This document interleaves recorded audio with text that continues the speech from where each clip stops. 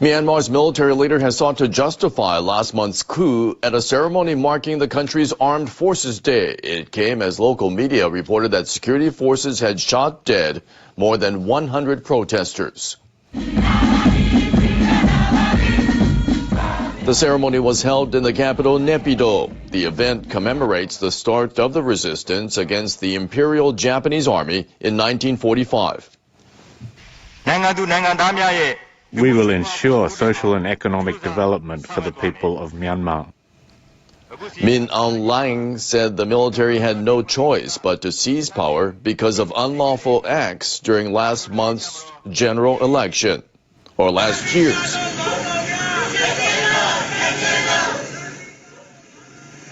Protests against the coup broke out early in the morning across the country, including in the second largest city of Mandalay, following calls for demonstrations.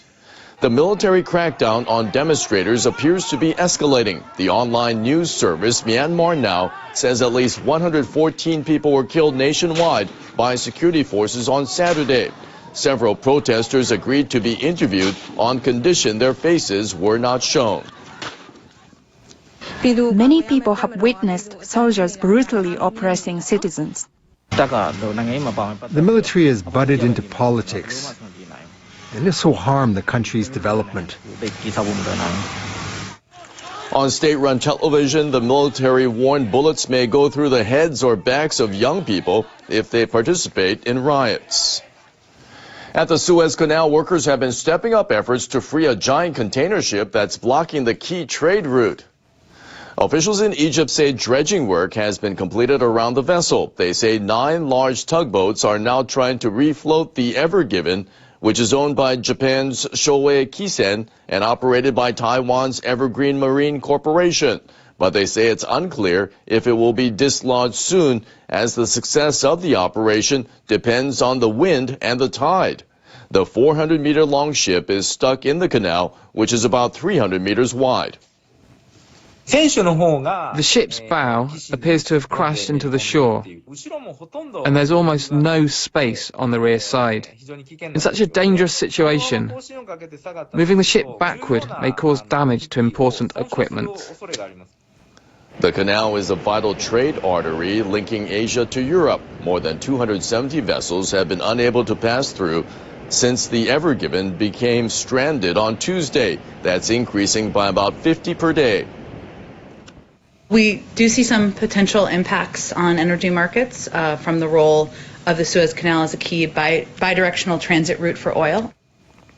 Some ships have given up trying to sail through the canal and are instead taking a huge detour around the Cape of Good Hope in South Africa. Japanese and U.S. leaders are considering making a declaration that explicitly says their security treaty covers the Senkaku Islands. The practical effect would be that the U.S. is bound to defend the outcrops in the East China Sea from an attack. Japan controls the islands. China and Taiwan claim them. The Japanese government maintains the islands are an inherent part of Japan's territory in terms of history and international law. It says there is no issue of sovereignty to be resolved over them. In recent years, Chinese government vessels have repeatedly approached the islands through Japan's territorial waters. Prime Minister Suga Yoshihide is scheduled to visit the U.S. Capitol in early April to meet President Joe Biden. Suga will be the first leader to hold an in-person meeting with the president since Biden took office in January. Government officials on both sides are preparing a statement that could say Article 5 of the Japan-U.S. Security Treaty covers the Senkaku Islands. The article obliges the U.S. to defend territories under Japan's administrative control. Separately, the leaders are likely to affirm their commitment to eliminating all of North Korea's ballistic missiles. U.S. President Biden is poised to nominate his country's Vietnam ambassador to be the Assistant Secretary of State for East Asian and Pacific Affairs. Biden made the announcement about Daniel Kritenbrink on Friday. The veteran diplomat has held multiple key positions related to Asia. He previously served as senior advisor for North Korea policy at the Department of State. Kritenbrink was the senior director for Asian affairs at the National Security Council from 2015 to 2017. He also worked at the U.S. embassies in Tokyo and Beijing. He is fluent in Japanese and Chinese. If confirmed by Congress, Crittenbrink will work on issues such as China. The Biden administration has described the U.S.'s relationship with Beijing as the biggest geopolitical test of the 21st century. Crittenbrink will also work on the issue of North Korea's nuclear and missile development program if he gets the okay from Congress.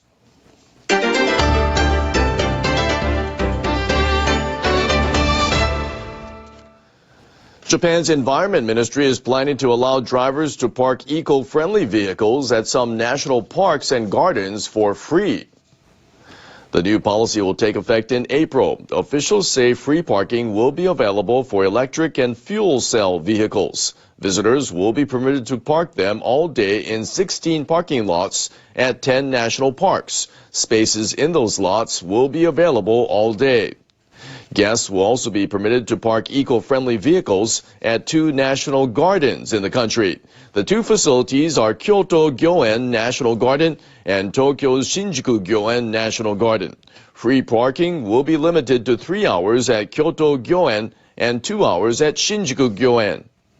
The Japanese government is trying to create a carbon-neutral society, but the numbers of electric and fuel cell vehicles sold in Japan are much lower than those sold in Germany and China. In Tokyo, the number of coronavirus infections has been rising. That's after a state of emergency was lifted in and around the capital last Sunday.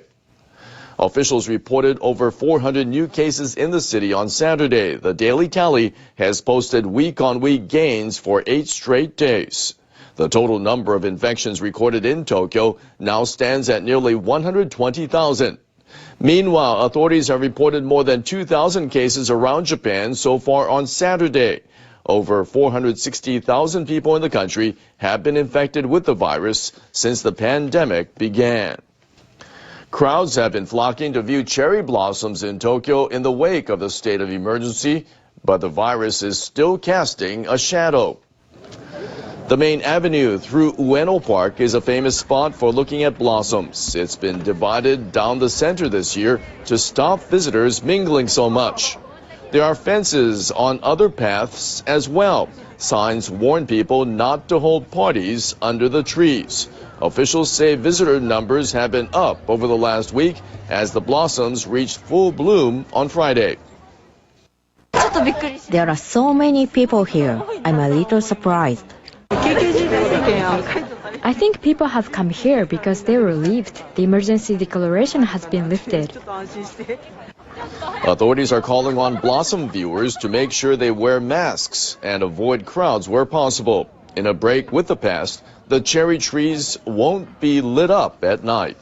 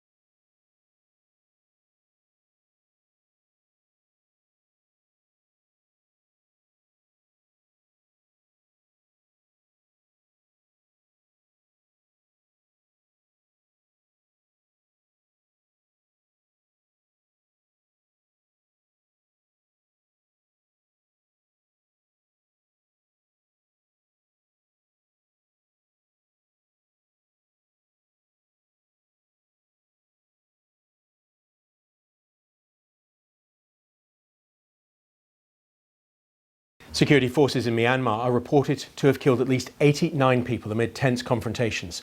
Saturday marked the bloodiest day of protest since the military took over the country. Soldiers appeared to fire indiscriminately on unarmed protesters. Germany's health minister says he'd like the country to enter a complete coronavirus lockdown immediately, but any decision would have to be coordinated with regional governments. But with infection rates rising quickly, the minister's comments strengthen the case for tougher measures.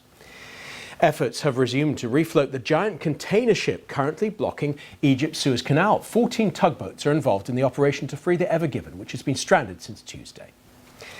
Thousands of women have demonstrated in Istanbul. They called on the Turkish government to reverse its decision to pull out of an international convention designed to protect women from domestic violence.